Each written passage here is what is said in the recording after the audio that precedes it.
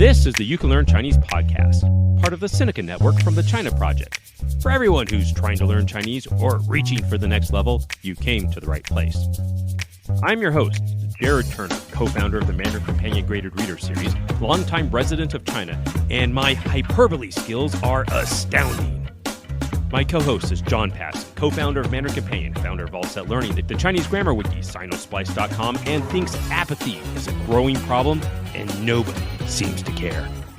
Comprehensible input is frequently used when talking about learning languages, but what exactly is it and what does it mean? John and I are going to break this down and give you a more nuanced view of the seemingly complex yet simple principle. Guest interview is with Emma Jamin, who found joy in learning Chinese and today teaches it in England. Let's get to it. Hey guys, this is Jared Turner coming in from Utah, here in the United States. Hi everybody, I'm John Pasden. Spring is in the air here in Shanghai. Also large particulate matter from the Mongolian deserts. But anyway, hi everybody. Well, sounds great. I'm back here in Utah. We're having an endless winter. It snowed last night again.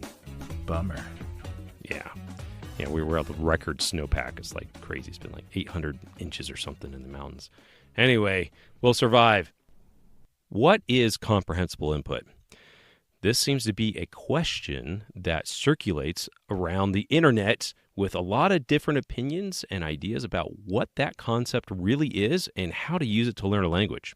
All right, so comprehensible input, it goes back to Stephen Krashen and his theory, the input hypothesis, about how we acquire language.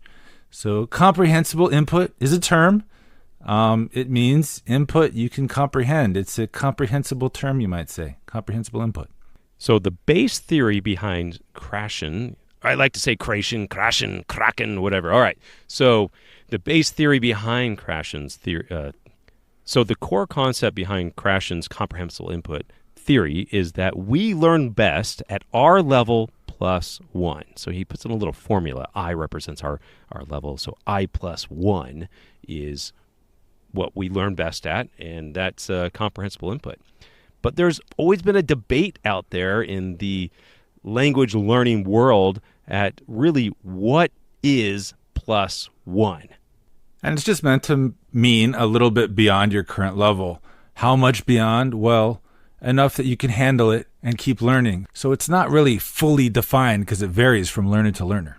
That's right. And today, this is something that we wanted to talk about because recently there were some posts on Reddit in the language learning subreddit that talking about comprehensible input. Some people asking, is there any research? I made some other comments and posts about this, and it sparked a big discussion and really brought back to my attention how many different ideas and I guess, and John and I might say, even misunderstandings at times about what comprehensible input is and the idea of it, the idea of comprehensible input versus the actual method, you would say, or the application of comprehensible input for language learning. So we're going to talk about this today, unpack it, and there's going to be this is a very multifaceted topic. Okay, so first of all, let's just acknowledge that comprehensible input, while the term might come from Krashen, is not really a new idea. Like anytime you're learning something, you start with the basics, and then you just keep building on it, building a little bit beyond your current level, and that's how you learn, right? So, some people would be like, comprehensible input, that's nothing new. Every textbook does that. Every teacher does that. You can't learn anything without this. And that's true. As a concept, it is not really new. Absolutely. We've intuitively, we understand that and it makes sense.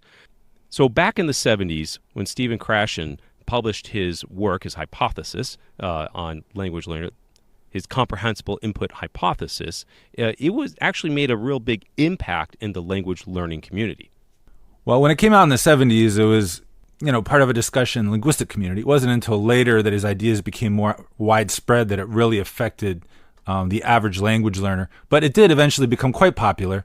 His input hypothesis, his acquisition learning hypothesis, and what else? The effective filter hypothesis, the monitor hypothesis. So this set of hypotheses, it affected language teaching to quite a large extent.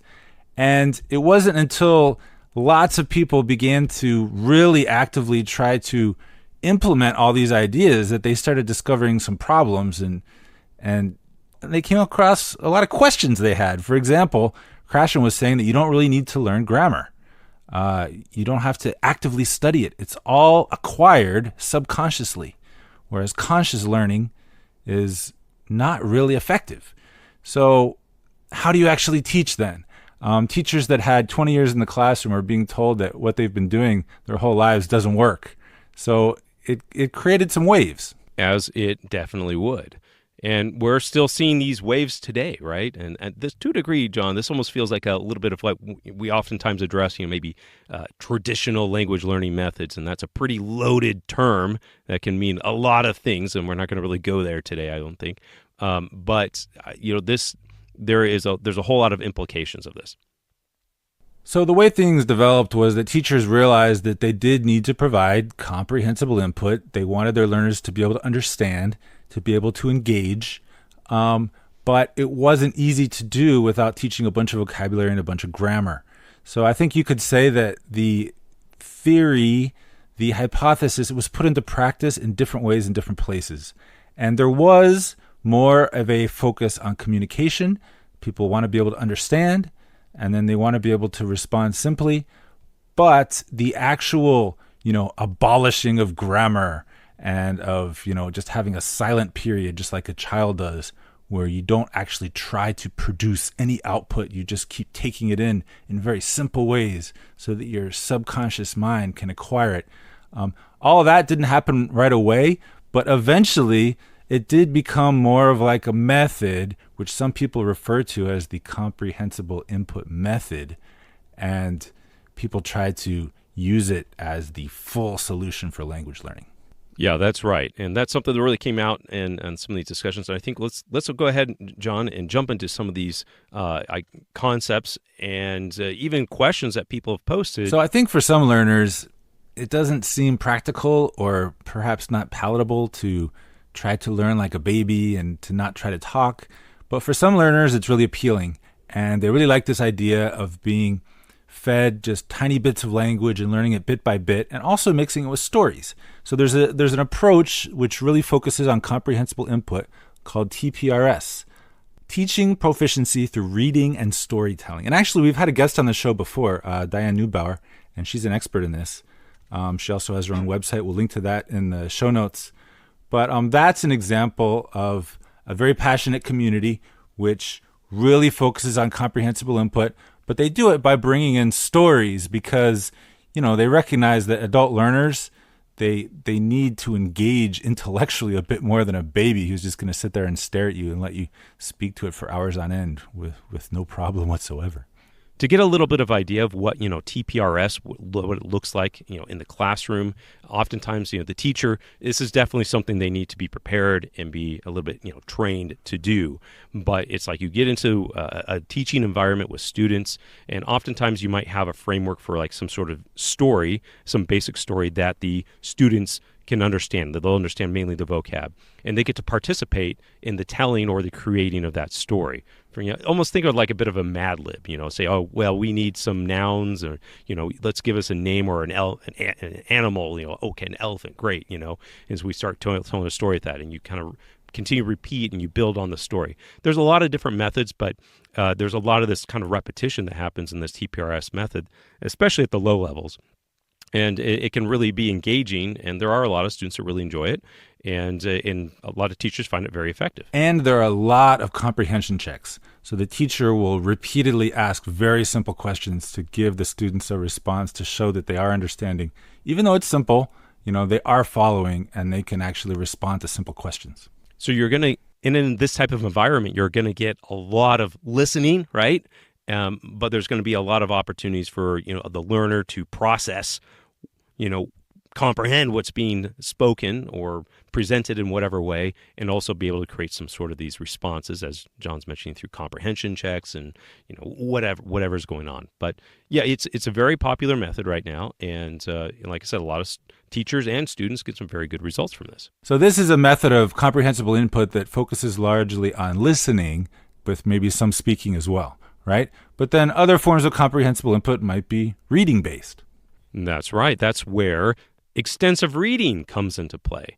And in fact, this is one of the things that I mentioned. There were some questions about this going on Reddit that people were asking, is there any research behind the effectiveness of comprehensible input as a method? And a lot of people weren't so sure. And I'm like, yeah, there is extensive reading. And extensive reading is more of specifically the application of comprehensible input to reading. Now, the Extensive Reading Foundation, they're a great organization. I've gotten to know a number of the academics that are involved with that over the years. But specifically, their research in application of comprehensible input to reading has been influential for sure within the community. But when we go back to what we were talking earlier about Krashen's comprehensible input hypothesis, that we learn best at our level plus one, that debate has always been how much is plus one. Well, the research that's come out of the Extensive Reading Foundation has been able to determine that, we learn best at a high level comprehension, specifically 98%. That's what they say. Their research shows is that that's a sweet spot. And they have about 500 research studies and papers have been written over the last couple of decades, all leading to that core conclusion. Reading between a 90 to 98% level comprehension, they refer to this as an intensive reading. This is, a little bit slower. There's going to be a lot more new words in that. That's going to be maybe, one new word in every 10 to 20, 30. And then reading below 90% comprehension, reading pain. And we've all been there at some point. You could take an hour going through a paragraph and not sure what you read by the time you're done. So that's their study. So that has definitely been influential. It's definitely in the work that we've done at Mandarin Companion. But it's great. It creates a bit more of a defined framework for what comprehensible input can mean. So this all begs the question, how do you get to the level where you can handle extensive reading? Because the name itself, extensive reading, kind of suggests that you need to be able to read quite a few words, quite a few characters. And yeah, you do need to be able to acquire that somehow before you can start even at the Mandarin Companion breakthrough level of 150 characters. And do you have to use the same comprehensible input method to get to that point? Well, no, actually you don't. And a lot of people, they use a more traditional approach. Most courses nowadays will incorporate some degree of comprehensible input. I mean, you can't really learn a language without it, right? But, even classic textbooks will have simple dialogues. And they don't repeat and reinforce as much as a graded reader, but they do follow the I+1 concept and slowly, or sometimes quickly, introduce new words, new characters, and build your vocabulary and your character knowledge up to the point where you can handle a graded reader. So I think, John, you mentioned begs the question. I think this also begs the question, all right? Textbooks, is it comprehensible, right? Is it comprehensible input? What is the difference then? Can I just learn a language just from my textbook? And if it's comprehensible, I understand it good enough, right? And if I can understand, even if it's a bit hard, and I can understand at, reading at a 90%, reading pain level or lower, is that good enough, right? What's with all this comprehensible, and why do I really need to be reading high levels of comprehension? What's the difference between, spending my time learning from a graded reader and reading one of those, or, studying the textbook and studying grammar and all this type of stuff? Okay, so what I'm kind of suggesting is that some people start with a more traditional approach, learning vocabulary, learning grammar, taking it all in at a relatively rapid pace, and then eventually discover extensive reading, and then switch over to a more comprehensible input friendly approach, like that 98% sweet spot where you can be acquiring stuff fairly effortlessly. But what about the people that don't want to start that traditional way? They want to start with just pure comprehensible input. So we had the TPRS method that I mentioned earlier, but then there are also other methods, using videos and stuff like that you can find online.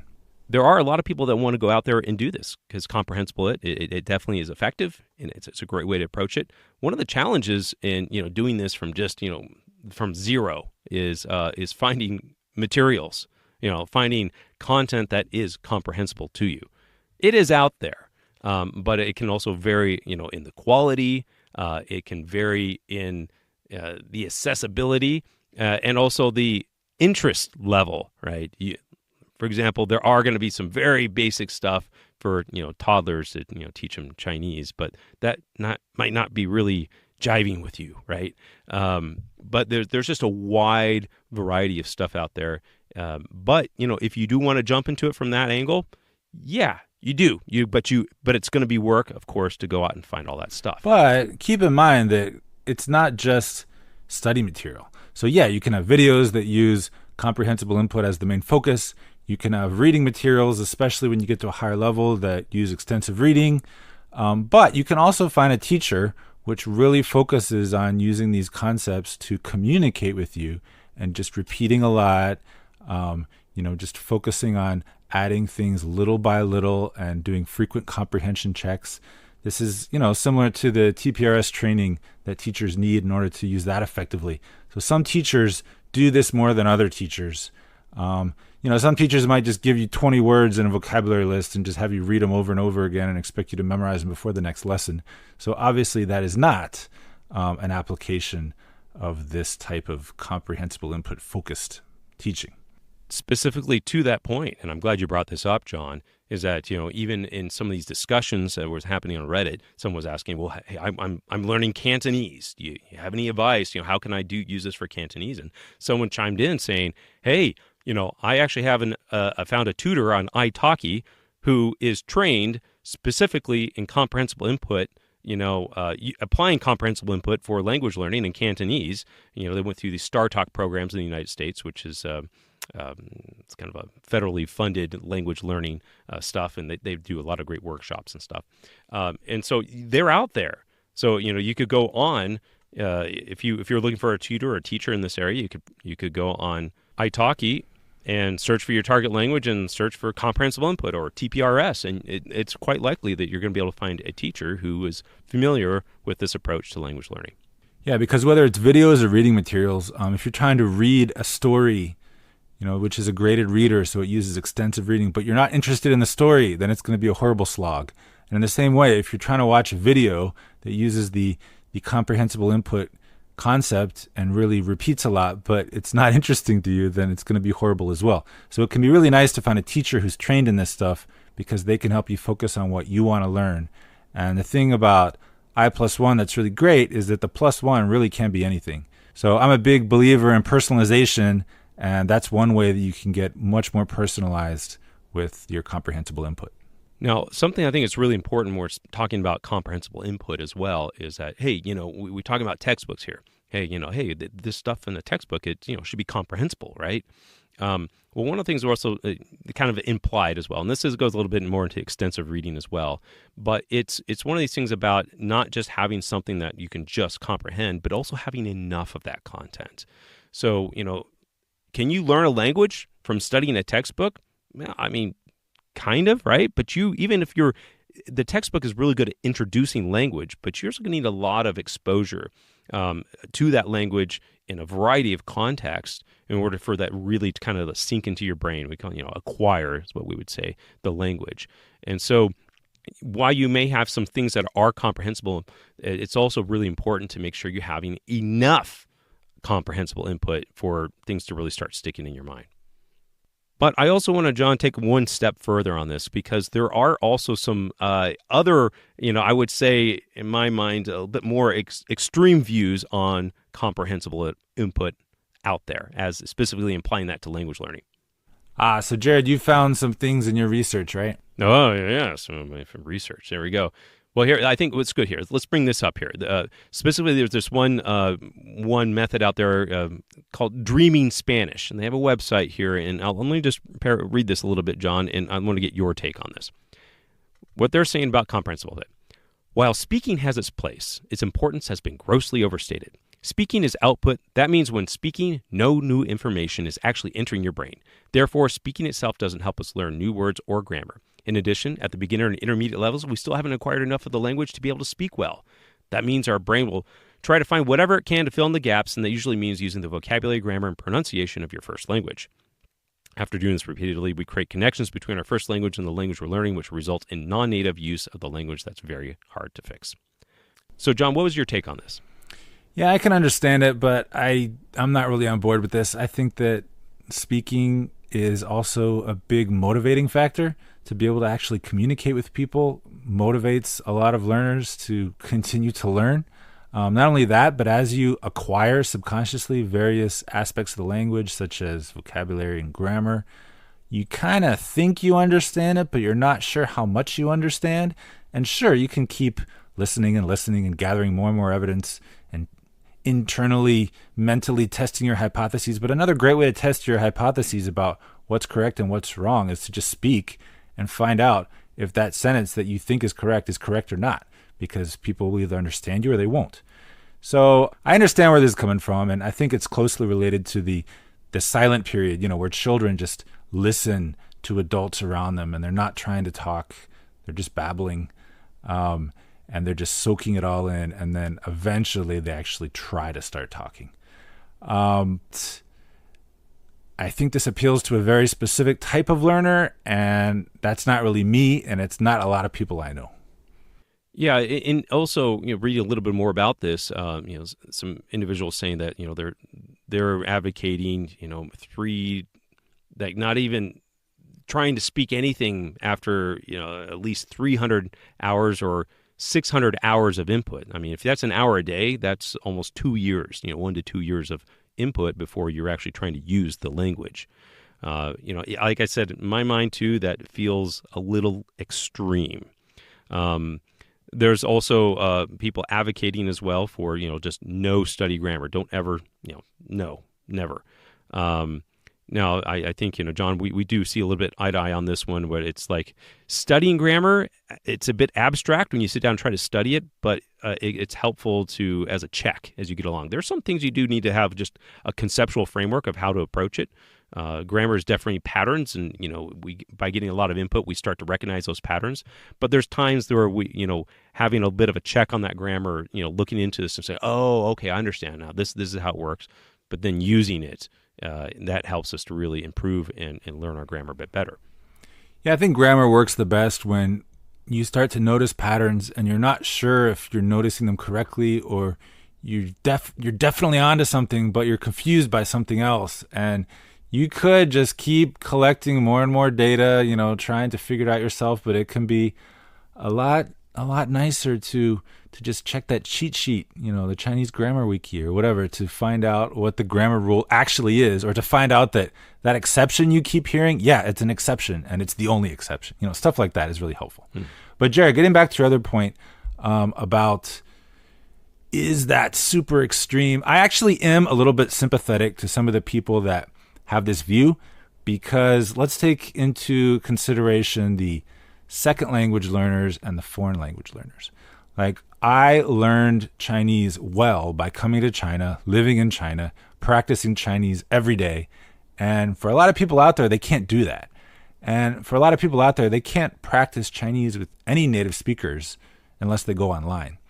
And so this kind of comprehensible input focused, input only focused method does kind of appeal to people in that situation, because they can just really soak it in. And I don't think it's wasted if you can stand doing all that input and waiting for the output. But it's just not something I'd personally want to do, which is why I came to China, right? Yes, John, I also agree with that. Because, let's think about this. If you are, get whatever target language you might be learning, if you ended up going into an environment where, people are speaking that language, wouldn't you want to use it? You wouldn't say, all right, I've been studying Chinese using only comprehensible input, and I'm only 450 hours in, and I'm in China now, but I'm not going to try to use anything I use. I'm not going to try to use anything I've learned here.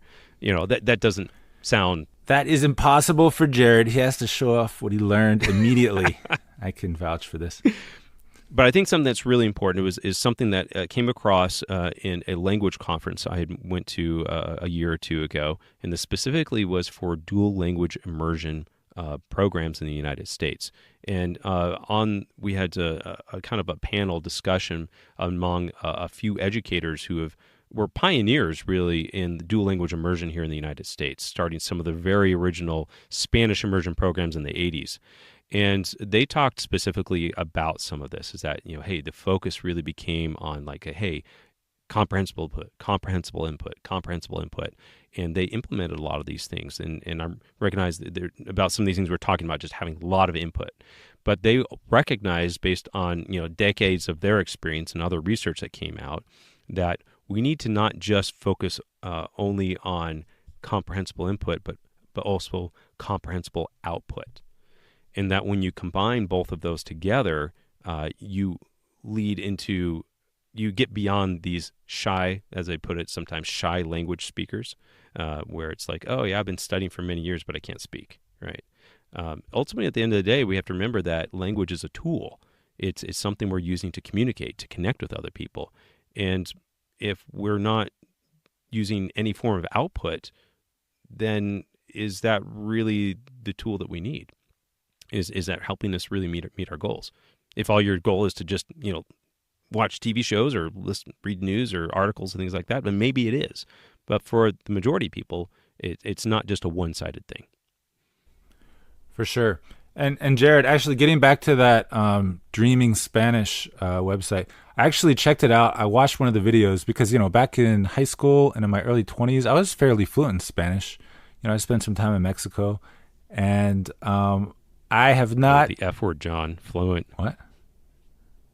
Oh, the F word, John. Fluent. Fairly fluent. FF. All right, but anyway, back then I was kind of fluent, but, nowadays I never use Spanish, and I've been in China for quite a while. So I went on that website, and I went straight to the So I went on that website and went straight to the intermediate videos, and I started watching, and yeah, it was quite comprehensible. If I had just watched a regular Spanish language TV show, I wouldn't have been able to follow very well. But the intermediate level on that website was quite easy for me to follow. Maybe not the most interesting video for me, but it kind of appeals to me because I have already studied every single tense in Spanish. I've studied the subjunctive. I once had a decent vocabulary. So I did not do the only input method, but now I can go to this resource and just get a lot more input than I ever had in high school or college because, I wasn't focused on that back then. And it's pretty cool. Well, that's great. So, hey, it's one of these things. Hey, the content that's on there, comprehensible, doesn't necessarily need to have to follow exactly what their approach to, using the content. But there is some comprehensive input out there. But here's the thing, Jared. I have 2 test subjects. My 11-year-old daughter has never really studied a foreign language. Like, I taught her a little bit of Japanese before we went to Japan, but she has expressed some interest in Spanish. So I was thinking it might be interesting to try some of these beginner videos on her and see how it works. And I haven't done it yet, but I will. Oh, okay. All right. Well, this will be forthcoming in a I will report back months in the future. In bringing all this together, there was a lecture given by Paul Nation at one of the extensive reading world conferences a number of years ago. Now, Paul Nation, he's one of the leading academics in vocabulary acquisition, highly respected in the language learning community, and he's a huge advocate of extensive reading. And in this speech he gave, he talked about some of the research, and we talk about the effectiveness of graded readers and extensive reading and comprehensible input and everything. But he asked the question, saying, "Is that enough?" Because what experience shows, and are some studies, but there's not a lot of studies on this, is saying you take comprehensible input and extensive reading in our case as well, and you combine that with other approaches and other methods of output and input and a variety of types of activities individually or in the classroom. And we can come out with better language learning outcomes than if we're just focusing solely on this input aspect. And so what he's suggesting is that we need to widen our net, and there needs to be more research in showing that, yes, comprehensible input is one very important and critical key of the language learning process. But you combine it with other aspects and other ways of language learning and output and communication, and you come up with overall a much more optimal and effective approach to learning a language. Yeah, and I think that's something that a lot of language teachers have intuitively understood for a while, and they've been working on different ways of doing this, and more research is needed. I think that's what Pollination is calling for, and it is happening. We don't have access to all that stuff, but language teachers around the world in all kinds of languages are all working on this. So I think in the future, we are going to get lots more interesting results from this. Comprehensible input for the win.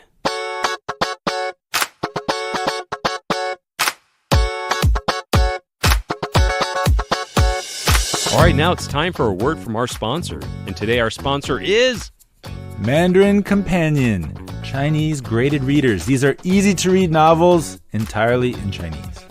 Today we're talking about Sherlock Holmes and Scandal in Shanghai. It's our newest Level 2 graded reader. You may have heard of Sherlock Holmes and A Scandal in Bohemia. Well, this one is not in Bohemia, it is in Shanghai because it's not actually Sherlock, it is Gao Ming, our Chinese protagonist. This was a lot of fun to pull together this book. We did a lot of research during the time period, and we found real-life historical characters that were in Shanghai at the time, including a Shanghai movie star. Scandalous. No spoilers. Not like, bad scandals, but, I guess what, culturally scandalous, right, for the time? It is a seriously scandalous PG story. You can go out and get it. It's Sherlock Holmes and a Scandal in Shanghai, Level 2 Mandarin Companion graded reader using only 450 basic characters. You can go out and get it on Amazon, iBooks, Kobo, or wherever you get your books. Let us know what you think.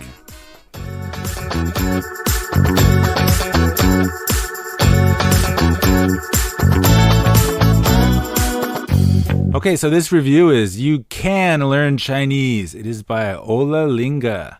And he says this podcast combines realistic optimism about learning Mandarin, sound advice for both new and more experienced students, and glimpses of the different paths taken by learners to reach their goals. Even though I've been learning and teaching Chinese for a decade and a half, I still learn something new every episode. Thanks a lot, Ola. Ola is also the famous blogger behind Hacking Chinese. I've known him for a long time. I've written Sino-Splice for a long time too, and we've had many correspondences over the years. So it's great to hear from him. He's also on another episode of this very podcast. That's right, episode 48. It's How to Learn to Read Chinese, part 3 of 4. So, Ola's awesome. Did I tell you, I actually got to meet him once. I think you did. Where was that? It was in London. I was there for a language learning, Chinese language conference there in London in 2008. Yes, 2018 it was.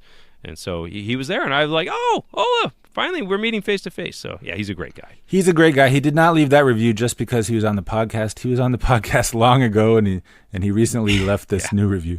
So, yeah, thanks, Ola. We appreciate it. And if you have a comment or a review for us, we would love to hear it. You can drop us an email or definitely give us a rating on iTunes. Drop us a note there. We'd love to hear from you. And Ola has lots of great advice on hackingchinese.com. All right, John, it's time for rants and raves. What do you have for us today? Do you have a rant or do you have a rave? Okay, Jared, I have a rave. It's kind of a weird roundabout rave that's related to the genesis of this topic, because you know how you were having these Reddit conversations, and I was reading through the conversations, and someone brought up, I think it was you actually, that brought up click languages. And It reminded me of a conversation I had recently with my South African neighbors that I met in the Shanghai lockdown. I'd seen them around, but we'd never talked to each other. It wasn't until the lockdown that we actually, talked and became friends. And I was talking to them about click languages. So they're from South Africa, and they speak a language called, what we call Xhosa, but it's pronounced with a click. It's Xhosa. And so, Xhosa, I don't know. No, but see, that's not the click. So I can't do it. There are different clicks, and you're doing, I don't know what that one's called, but the lady in the YouTube video I watched, she calls it the horse riding click. And I can't do it. I totally forgot how to do it. All right, anyway. Wow. So she calls it the horse riding click, and she has a video about how to do it. And watching the video, I could actually learn how to do it. And it totally reminded me of the process of learning tone pairs. Because like when you first start learning Chinese, you learn the individual tones, but then when you try to pronounce them correctly in succession, it's super hard and you just keep getting it wrong. And you have to just keep trying. Mm-hmm. And so I was actually going to do the click sound because I learned how to do it, but now that I'm trying to do it, I've forgotten how to do it again. I have to go back and watch the video, just like I used to do with the tone pairs. So I guess my rave today is about lifelong learning and empathizing, because I think advanced learners often forget how hard it is to master, the tone basics when you're starting out. But just trying to learn this click sound and combining it with a vowel brought it all back. So I can link to this video if you want to have that feeling again, because it's not comfortable, but it is kind of, somehow enlightening. You can check it out because the video does a really good job, and you can actually learn it. But it's still kind of frustrating. No, that's cool, man. I honestly, these languages with clicks, Zulu was like one of them, right? Fascinating to me. I've heard someone speak before, they spoke Zulu. And I'm like, seriously, I did the total thing. I said, say something in Zulu, right? But actually, I modified it. I gave him something to say in Zulu, and I just wanted to hear it, and it was like, cool. So. Yeah, and so it's not hard to make just the click. The hard thing is to combine a click with a vowel. But anyway, all right, so Jared, do you have a rant or a rave for us today? I have a rave, and this is a tool that I came across. I just thought this was really cool, kind of cool and interesting. So it's called Hanzigraph. So Hanzi, so Hanzi graph. Just hanzigraph.com. I'll put a link down there. But it's this cool little tool. This guy has just kind of made this open source thing. You can put any character or any word into it, and what it shows is like what are the most commonly characters paired with that character. So it'll, like, for example, you put "wo" in, me, and it'll show you that I think the most common one is, "wo men." Men is, paired with it. Then it's like, I'm looking here. It's like "wo." What that? Yeah, there you go. Duh. Actually, I think he takes "duh" out of it, because "duh" is fair. Like, you could say it's another word, but it's like "wo kan," and then wo lai, and then wo zai, and then all these other things. So you can put any character in there, and it was just kind of interesting. You could see how it's paired, and it's kind of got this graph. It's got the character in the middle and has like these spokes coming out from it from the different ones. And then if you put a word in, then that one's connected to that, and it has like colors to the spokes, designate, what level of frequency it's used with other ones. So I don't know how applicable is it. Actually, it's applicable for like AI stuff, right? Because you can see this is important for when AIs, they predict. Really, they don't really like understand you. It's more they predict the texts. But so I think that's maybe where some of this data is coming out of. This might be used in large language models. But I don't know. I just thought it was a pretty cool thing, and you can. It's just fun to kind of play around for people who are pretty. Actually, though, Jared, if you go into Pleco, you can look up any character and go to words, and you can get that data from Pleco too. But does it show the frequency of that word in connection with like? It doesn't show the frequency, but it's supposed to be in frequency order with the most common ones at the top. No, I was unaware of that. But it's not a cool spoke diagram like thing. No, it's not. It's a list. You can create your own molecular linguistic model or something with this Hanzigraph thing. All right, you have fun with that.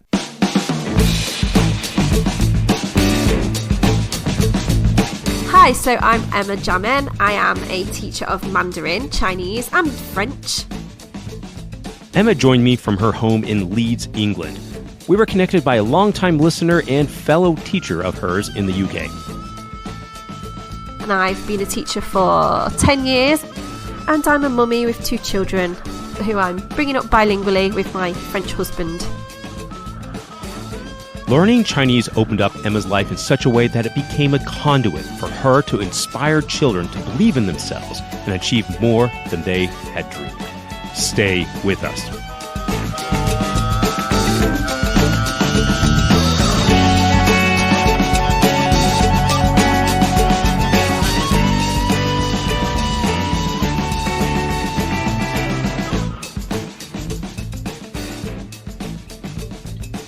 Okay, Emma, why did you start learning Chinese? So I was 19 and I was living in my little bedsit in Nottingham, stacking shelves in Asda. I did have good A-levels. Can I just say I did do well in my A-levels, but I had rent to pay. No, just real quick, those who are not familiar, the A-levels, these are like college entrance exams. Is that right? Yeah, it's higher education. So once you've finished your compulsory education, you can choose to go to college, sixth form. So I did my A-levels in sixth form, yeah. But I did well there academically. But financial circumstances just meant that I had to fund myself, and I was living on my own in a little tiny bedsit in Nottingham. So I had to work, and I was stacking shelves in Asda, working night shifts, as you do. It was very boring, actually. But I was saving up to go to uni. And I was going to be a psychologist. I wanted to do psychology at the University of Nottingham. But I took one of those old student gap year guides, Jared, from STA Travel, an old kind of student travel agency company. I had a look in there and I thought, I want to just run away. I want to go to the other side of the world as far away as I can and just have a new experience. You know, I can't stand this stacking shelves forever whilst I'm waiting to go to uni. So don't ask me why. It was a 50-50 choice between India and China. Don't ask me why I ended up picking China. It was Well, why? I'm going to ask you why now. Well, those were the two options. It was teaching English in China, or I think it was working in an orphanage in India. And in the end, I picked China. I didn't know anything about China. I'd never studied Chinese at all. And, you know, I like to speak. I like talking a lot. So I would never have gone to the other side of the world and not be able to communicate with anybody. That would have been too scary. So I signed up for just community evening classes at the University of Nottingham, just beginners classes in Mandarin. And I really liked it. I got into it, and it just meant that when I did go and teach English in Shandong province in China, it just meant that I could actually start to communicate a little bit with people and just really make the most out of that experience. It was the first time I'd ever really travelled properly. Well, tell me first, though, about this community class. Was this led by a professor? Was this like, you know, some Chinese people, let's get together and try to teach Chinese to people? It was just one of these extracurricular classes that were run. I think it must have been a student teaching, or one of the teachers. I don't know. I can't remember, to be honest. It was only an hour a week. Just the basics, the real basics. I remember starting to learn pinyin. It was just for communication. Well, that's great. And how long did you have to study before you actually went overseas? I only did it for a few months, maybe 3-4 months, like one semester. Gotcha. Well, that's great. So it just gave you, I guess, some element of familiarity, perhaps, right, before you actually went overseas. Yeah, it was just like if you're going to France on holiday, a lot of people take holiday crash course in holiday French, don't they? That kind of thing. It was that, really. It was just so that I could communicate and feel a little bit more confident going to the other side of the world on my own. Well, now, tell me about that experience, though. You're a 19-year-old girl going to China. It was fantastic. Oh man, it was amazing. It was completely different to anything I'd ever experienced in my life. The people were so friendly, so welcoming, and the weather was beautiful. It was Yantai in Shandong province, a beautiful city.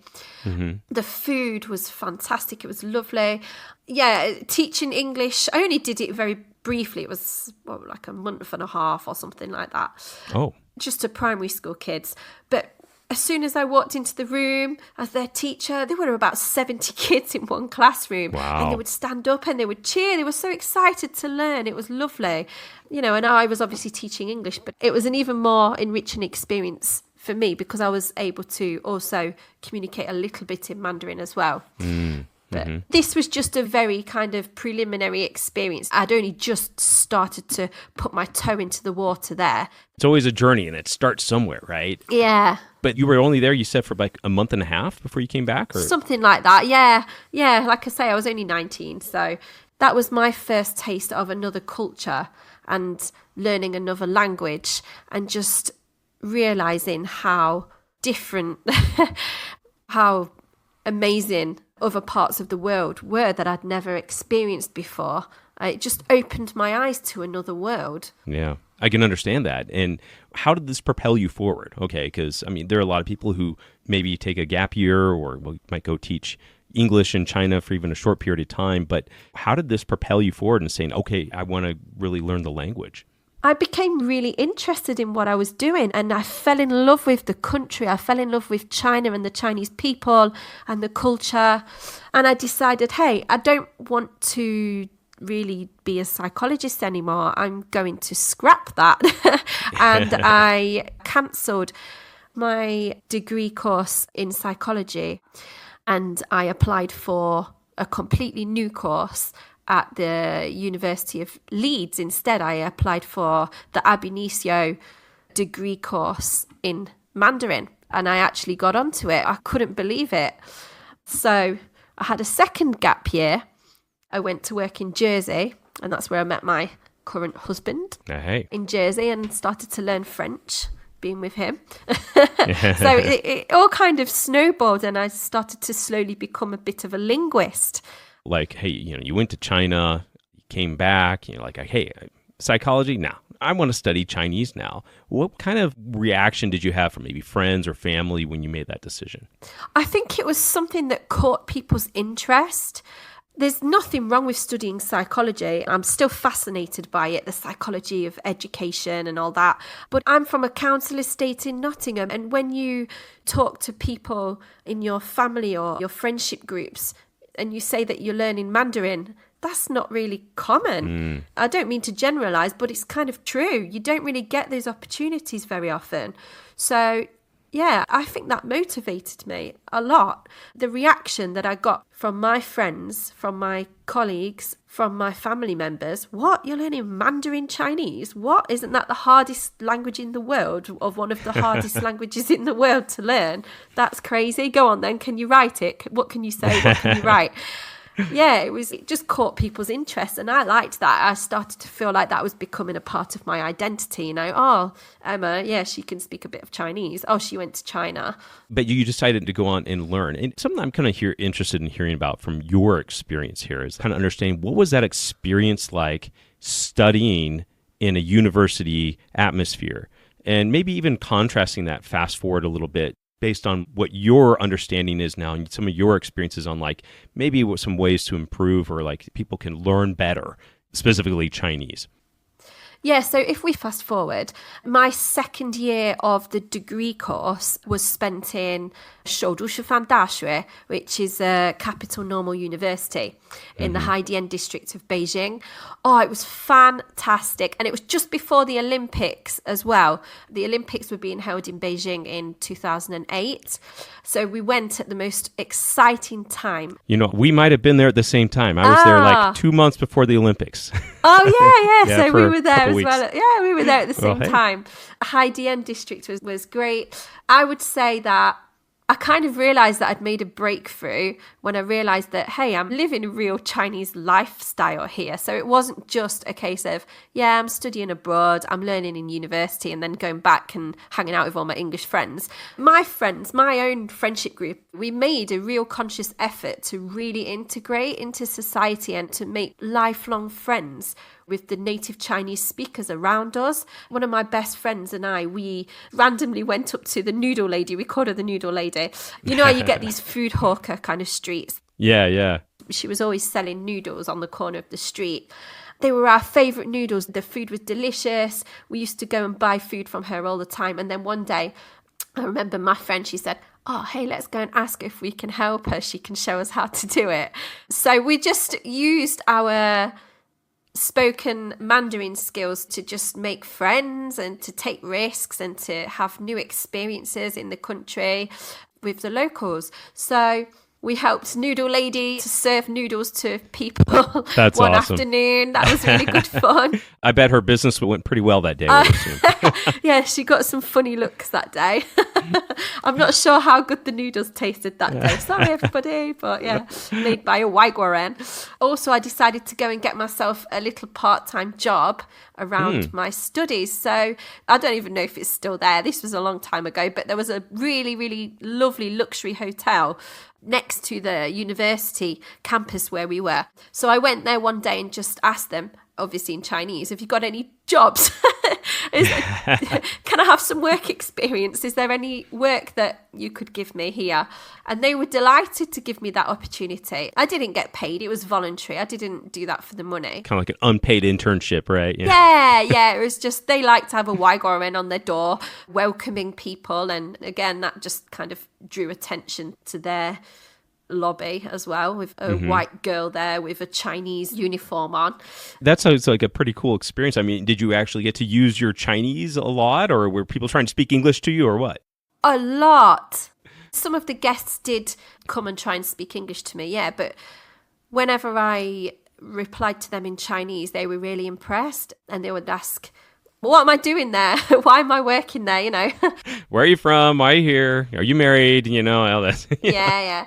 But that was a really fantastic opportunity. And I saw where the receptionists in that hotel were living, because they were living in staff quarters on site. Yeah, that was interesting. About 8 of them in one room and a shared bathroom.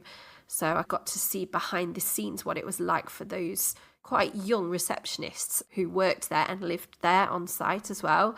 I'm not sure whether I was allowed to actually be in there or not. I don't think I was actually, but it was really interesting. I was disguised as one of them in the hotel uniform. So for me, and I know for many others too, sometimes pulling back that curtain, and seeing how, local people, if you will, lived in certain conditions, it was quite eye-opening and impactful. Oh, absolutely. Another really good friend that I made on my year abroad in Beijing is a lady called Eileen Fang, or Chu Fang is her Chinese name. She was my Mandarin teacher, but I was a little bit older than my classmates, and she was quite young for a university teacher, because it was more like a classroom than a lecture theatre. Yeah, we became really good friends. We went shopping together. We went to her house. We met her husband. She came over to ours and we made her English breakfast. And we had a great friendship, great time together. And actually, Jared, she's living in Singapore now, and I've just come back from Singapore. Oh, wow. Yeah, I just went to Kuala Lumpur and I nipped over to Singapore whilst I was on that side of the world. Oh, wow. And I went to stay with her for a couple of days, and her family as well. She's got a little girl the same age as my little girl. Oh, that's adorable. We've made lifelong friendships there. That's changed my world, because now, look, it's the Easter holidays. I fancy jetting off to Singapore. And I've got some Chinese friends living in Singapore. I'm able to go and stay with them, speak Chinese to them and be immersed in it for a week or for a few days. It opens more doors, and I feel like a global citizen. I'm not that little girl stuck in a council estate speaking English. Yeah. Well, I'm curious to know about, what was that path and that decision for you to saying, all right, okay, this is interesting. I'm enjoying learning Chinese, and I'm obviously improving at this point, to I want to teach Chinese. I want to be a teacher. I think I always wanted to be a teacher deep down. And I thought that I was really interested in psychology. I really enjoyed psychology A-level, and that involved the psychology of education. That's what interested me when I was doing my A-levels. And so I think I always deep down knew that I was going to end up as either a teacher or an educational psychologist, something like that. But then naturally, once I'd started to gradually become a linguist, by mistake, by accident, it just kind of opened my world up so much. I wanted to give that opportunity to other people. And I didn't want to just give those opportunities to people who already had a lot of opportunities offered to them. So I've always actively sought out schools and institutions where I could have the maximum impact on those students' lives. So I do see that with what we're doing now, Jared. Honestly, I have been over to see my friend, as I've just said, in Singapore. She works in one of the top international schools in the world as a Mandarin teacher. And I've seen what she does. I've seen her resources. She's told me all about the facilities and the opportunities that are given to the students in the school she works in.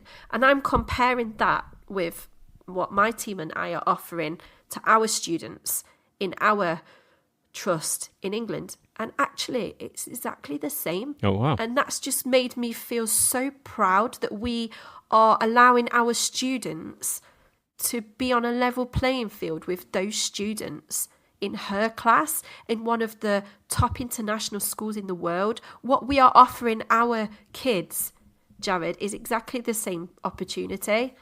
It just puts them on par with those students and allows them to compete with the best in the world. That makes me feel really proud. That's fantastic. So maybe you could also give us a better idea of what Chinese language education is like in the UK, maybe in your area. And I know you're part of a Chinese language organization there as well. Maybe you just talk about that a little bit. I think it's really hard to generalize because we all have our own different styles. Even within our trust, there's how many people are in my team? 7, 8 of us. We all have completely different teaching styles, and that's fine. We're encouraged to experiment. We're still in a stage where we are trying out different strategies, different approaches. For example, some of us are really into the Gianfranco Conti style of teaching, using sentence builders, chunking grids. That's fantastic. My thing is I like writing raps. So I find out which songs or raps the kids are interested in at a given time. And then I search out the instrumental version and then I compose my own lyrics in Mandarin. Nice. And the content is the content of the curriculum map.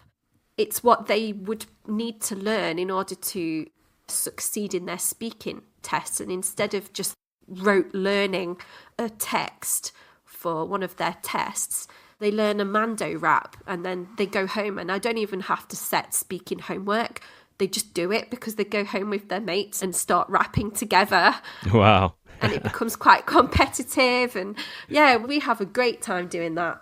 The rapping Chinese teacher, I like it. I think we've got the first Mando rapping class. I don't know if I can claim that or not. Probably someone else out there has done it or doing it too. But that's, yeah, but not like us. But not like that. No, of not course like not. that. Cool. That's really neat. What are some of the biggest challenges that you find in teaching Chinese? I would say some of the biggest challenges when learning Chinese, I think it's actually overcoming barriers in terms of belief and people's perceptions as to who can and should learn Chinese. I'm so passionate about this. I really think that Mandarin is for everybody. It's accessible for everyone, and anyone can learn Chinese. It doesn't matter who you are. It doesn't matter what kind of background you're from. It doesn't matter what kind of family you're from. It doesn't matter what kind of, if you've got any special educational needs or preferences. In our trust, we teach Mandarin Chinese to those students who are in alternative provision. We make it accessible to everybody. And we do that by being really creative. I like to use lots of therapeutic strategies, multi-sensory ways of teaching Chinese, using Play-Doh and pipe cleaners, and we use chalk pens on the walls and on the tables and write Chinese graffiti. Yes, it sounds a bit naughty, but the kids love it. So we have quite a lot of students who are privileged, but we also have a real high number of students who are from difficult backgrounds in terms of socioeconomics and can be considered disadvantaged in that sense. And it can be quite difficult to motivate those students sometimes if we're not teaching them in a creative, engaging way. They're not always looking that far ahead to the future. They're not always thinking about what job they want to do or what they want to study at university. Some of them are still in survival mode, So it's about motivating those children who are in front of us now by making our teaching engaging and fun, making them want to buy into it. That makes a lot of sense. I know like in America, in Chinese language education, in, primary education, it generally trends to higher socioeconomic status, right? Yeah. And it's interesting because I know other teachers and other people involved in like Spanish dual immersion and Spanish classes. And it's kind of interesting because their socioeconomic background of their students is typically lower in comparison to those in Chinese language programs. So it sounds like there's maybe some similar types of dynamics there. And so it sounds interesting how you're trying to address that. But I'm curious to know also, why do you feel some of that is there in your culture, in your society? Mandarin Chinese is so often considered as a really difficult, really challenging subject, and it's still predominantly taught to the top set kids in the leafy green suburbs. I still believe that's the case in the UK. There are still not that many schools in the north of England that offer Mandarin on the mainstream timetable. Certainly not for alternative provision or for all students in such an inclusive way like we're doing it. We offer Mandarin Chinese to everybody. It is possible. You just have to be more creative in your teaching style. You've got to be experimental and see what works and be adaptive. That makes a lot of sense. I'm also curious to know, have you had any, I guess, success stories or individuals where, hey, Chinese actually made a real impact on them? So there's one girl, she was in an alternative provision last year, the alternative provision which belongs to our trust, and I was teaching her Mandarin there. She really, really absolutely loved learning Mandarin, and I think that it was a fantastic hook. It helped her to re-engage in mainstream education. She told me that she wanted to carry on with Mandarin, and when she came back to the mainstream academy, she started learning Mandarin Chinese with me here in one of the mainstream academies, and she's doing really well. This is a student that someone might have perhaps written off, but I think that we've been able to use Mandarin as a hook and a way to reintegrate students in many cases. It's nice to be able to use languages as a way of reintegrating those students into mainstream. Wow, it sounds like it's a way that can reach certain students, right? Yeah. It's interesting how people respond to a variety of ways and things, and how we can potentially connect and reach with them. But it sounds like that's maybe one of these ways that it's be able to connect with certain students. Absolutely. And I think what often happens, like in my own personal experience, Jared, I think in a lot of cases, the students, they might go home and say, oh, I'm learning French, I'm learning Spanish. Yeah, the parents, they've probably been traumatized by their own educational experiences of learning foreign languages in the past. And, we've had Brexit. Oh, well, Brexit, what do you want to learn foreign languages for? What do you want? But when the kids go home and say that they're learning Mandarin, it's something really different. It makes them stand out, and it captures the attention of their parents and their grandparents and their communities. So I think that can be really motivating. And China is the here and now, but it's the future. And there's so many connotations with business and wealth and development that I think you can't ignore that. No matter where you're from, it's obvious that you need to learn Mandarin to get by in the future, to get a good job. So Emma, it sounds like you've worked with a lot of students who've overcome a lot of challenges to learn Chinese. What are some of those challenges that you faced in your life and you've overcome to continue to get to the point to where you are now? Yeah, I did have a lot of challenges, and most of those were socioeconomic challenges, really. I remember being at university. When I first arrived, I cried my eyes out. I hated it. I just felt like I didn't belong there. I shouldn't be there. It wasn't for me. What is this world? Everybody's from private schools and they're all posh compared to me, and I'm not going to succeed. But then I did just as well and better than some of my classmates. So I was proud of myself for that. I overcame that kind of inferiority complex, I guess. And then I remember once when I couldn't pay my rent. I was working as well at the weekend, but I already had accumulated debts by then. So I remember once I couldn't pay my rent, and I called my mum and I said, Mum, I can't pay my rent. I'm going to have to quit uni. What am I going to do? I can't afford to live. And she said, well, you'll have to quit then. You have to come home then. I can't do anything. I nearly did. And then I thought, no, I can't quit now. I can't. I've got to find another way. But then I went to the university accommodation office and found out that there were grants available. Obviously, they didn't shout about these things because everybody would ask for them. So they helped me out a lot there. Wow. There's always a way. Nobody should ever feel like learning Mandarin is not for them. They should never, ever let a challenge stop them. They should just persevere and keep going and find a solution. And in my penultimate year, I lost my dad as well. My dad was an alcoholic. Oh. I want other people to know that it's not always easy, but learning Chinese can change your life, and it can be a passport to a better future, a better life.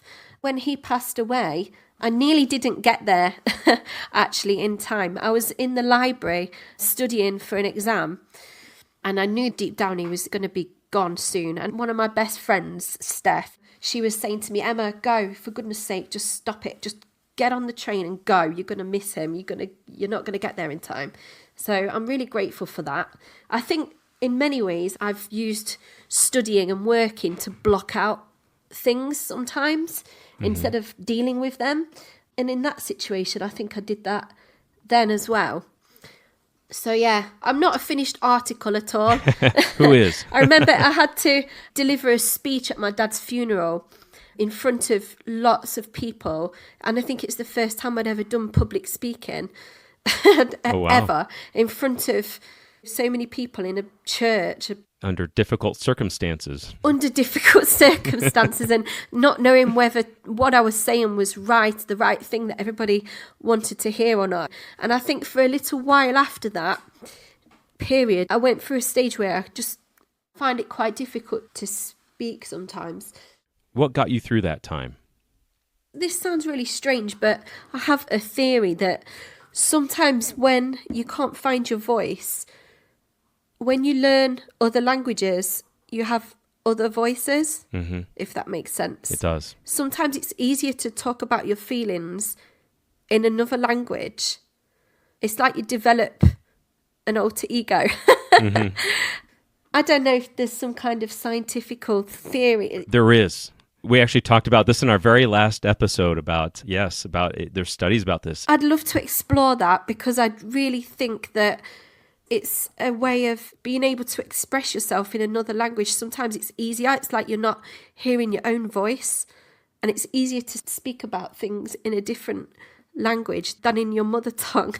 I shared a story of a German lady who was a Holocaust survivor, and she came to America later on, and she won an Oscar for a documentary she made about the Holocaust. And she was able to talk about her very traumatic experiences in English, whereas German, it was very difficult for her to do so.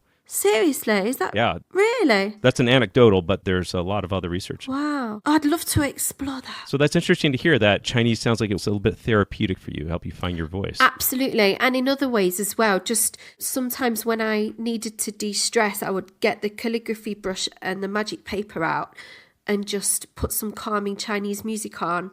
And I find that really relaxing and therapeutic. And writing the characters out can be quite cathartic.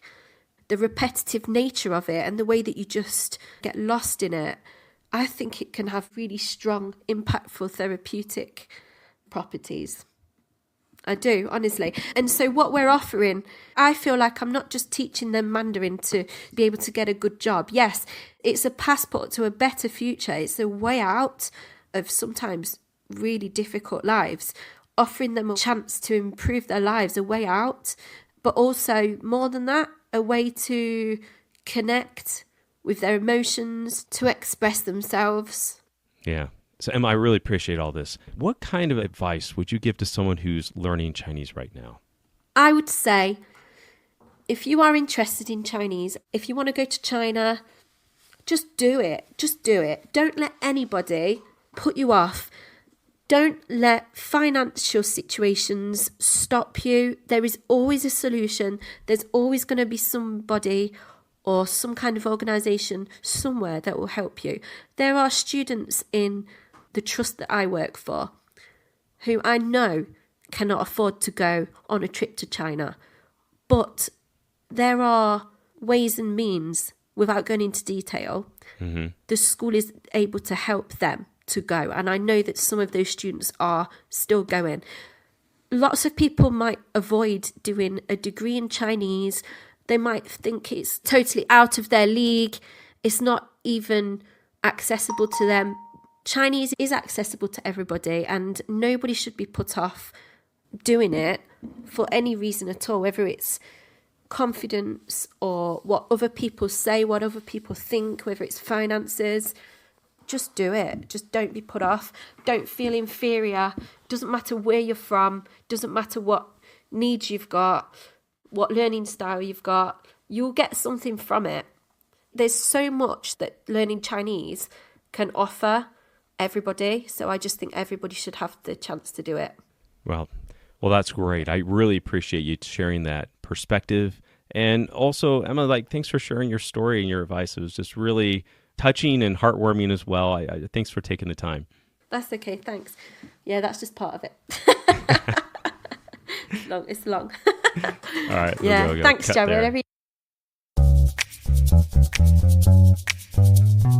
You have been listening to the You Can Learn Chinese podcast. Help us spread the word by sharing this with your friends, classmates, teachers, cousins, meteorologists, sculptor, agent, soldier, coach, arborist, and that one guy named Ramsey. Please subscribe to our podcast and share it with a friend. And if you enjoyed this episode, please leave us a review. You can also reach out to us at MandarinCompanion.com or Mandarin Companion on Instagram, Facebook, Twitter, or even TikTok. Apologies to John Cena, we just ran out of time. The You Can Learn Chinese podcast is produced by myself, Jared Turner, and our editor is Kaiser Kuo. And interview editor is Dominic Edgley. I'd like to thank our special guest, Emma Jolman. And of course, thanks to my co-host, the man, the myth, the legend, John Paston. See you next time.